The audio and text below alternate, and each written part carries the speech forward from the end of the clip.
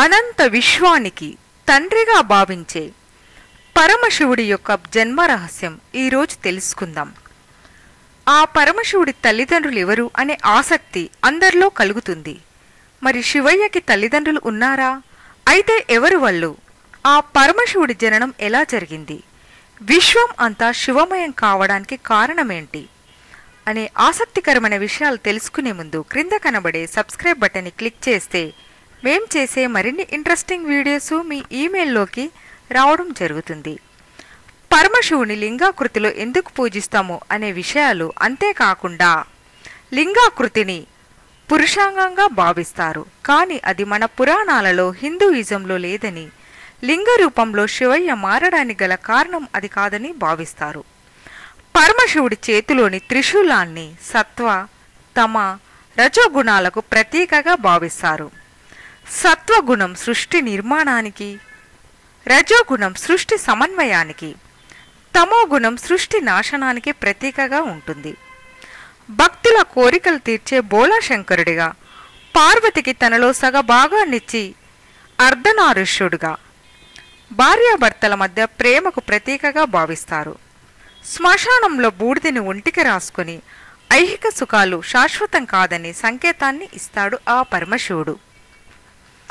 పరమశివుణ్ణి బోళాశంకరుడు, ఈశ్వరుడు, శివయ్య అని రకరకాల పేర్లతో భక్తులు భక్తితో ప్రేమతో పిలుస్తారు. మరి శంకరుడి జన్మ రహస్యం ఏంటి? కొన్ని పురాణాల ప్రకారం ఈ సృష్టికి మూలం ఆది పరాశక్తి అని భావించడం జరుగుతుంది. ఆది పరాశక్తి తన ఆత్మబలంతో త్రిమూర్తులను సృష్టిస్తుంది. కాని వారిలో ఒకరిని తనను వివాహం చేసుకోమని కోరడంతో వారు అందుకు నిరాకరిస్తారు. అప్పుడు కోపోద్రిక్తురాలైన ఆది పరాశక్తి వారిని తన త్రినేత్రంతో భస్మం చెయ్యబోగా, అప్పుడు పరమశివుడు ఆది పరాశక్తి యొక్క త్రినేత్రాన్ని తనకు ఇస్తే తాను వివాహమాడడానికి అంగీకరిస్తానని చెప్తాడు. అందుకు అంగీకరించిన ఆది పరాశక్తి త్రినేత్రాన్ని పరమశివుడికి ఇస్తుంది. అప్పటి నుండే శివుడు త్రినేత్రుడు అయ్యాడు. అప్పుడు శివుడు ఆది పరాశక్తిని త్రినేత్రంతో భస్మం చేస్తాడట. ఆ భస్మం 3 భాగాలుగా విడిపోయి లక్ష్మీ, పార్వతి, సరస్వతులుగా ఆవిర్భవిస్తారట. వారిని బ్రహ్మదేవుడు సరస్వతిని, శివుడు పార్వతిని, విష్ణుమూర్తిని లక్ష్మీదేవి వివాహం చేసుకోవడం జరుగుతుంది.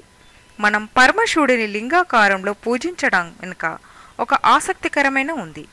మరి అందరు దేవుళ్ళకి విగ్రహాలు ఉన్నప్పుడు శివుడిని మాత్రమే లింగాకారంలో ఎందుకు పూజిస్తామో తెలుసా?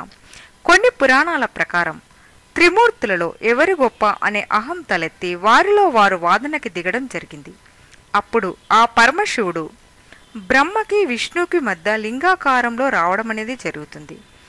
ఆకాశంలో నుండి ఆకాశవాణి ఎవరైతే ఆ లింగాకారం యొక్క ఆదిని అంతాన్ని తెలుసుకోగలుగుతారో వారే ఆ సృష్టిలో గొప్ప అనే విషయం చెప్తుంది. కానీ బ్రహ్మ, విష్ణువు ఆ లింగాకృతి యొక్క ఆది అంతాన్ని కనుక్కోలేకపోయారు.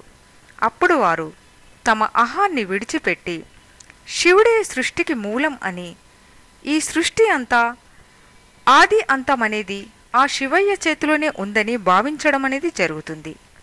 మరి శివుడి యొక్క జననం గురించి మరో ఆసక్తికరమైన కథనం కూడా ఉంది. శివుడి యొక్క తల్లిదండ్రులు ఎవరు అనే ఒక సందేహం ఒక ఋషికి రాగా, అప్పుడు ఆ మహారుష ఆ శివుడిని నీ తల్లిదండ్రులు ఎవరు అని అడగక శివుడు బ్రహ్మ తన తండ్రిగా చెప్తాడు. అప్పుడు ఆ ఋషి మరి మీ తాత ఎవరు అని అడిగితే విష్ణుమూర్తి తన యొక్క తాతగా చెప్తాడు. అప్పుడు ఆ మహారుషి మరి మీ ముత్తాత ఎవరు అని అడిగితే అప్పుడు పరమశివుడు అది నేనే అని సమాధానం ఇస్తాడు.